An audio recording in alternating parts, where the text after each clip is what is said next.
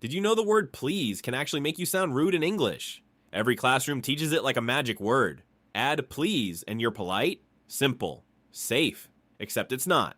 Watch this. Can you please just send the file? That sounds like someone about to explode. Send me the file, please. Said the wrong way with the wrong tone. That's a demand, not a request. Japanese learners, Korean learners, Thai learners. In your languages, more politeness markers always mean more respect. The logic is perfect. It works every time. English broke that rule and never told anyone. So where does English actually hide its politeness? In softeners, nobody teaches. Would you mind sending the file? Could you possibly help me with this? I was wondering if you could. That's real English politeness. Indirect, gentle, almost apologetic. Not one extra please. The word every teacher gave you as a safety net is secretly a trap. Follow for more English rules that school forgot to mention.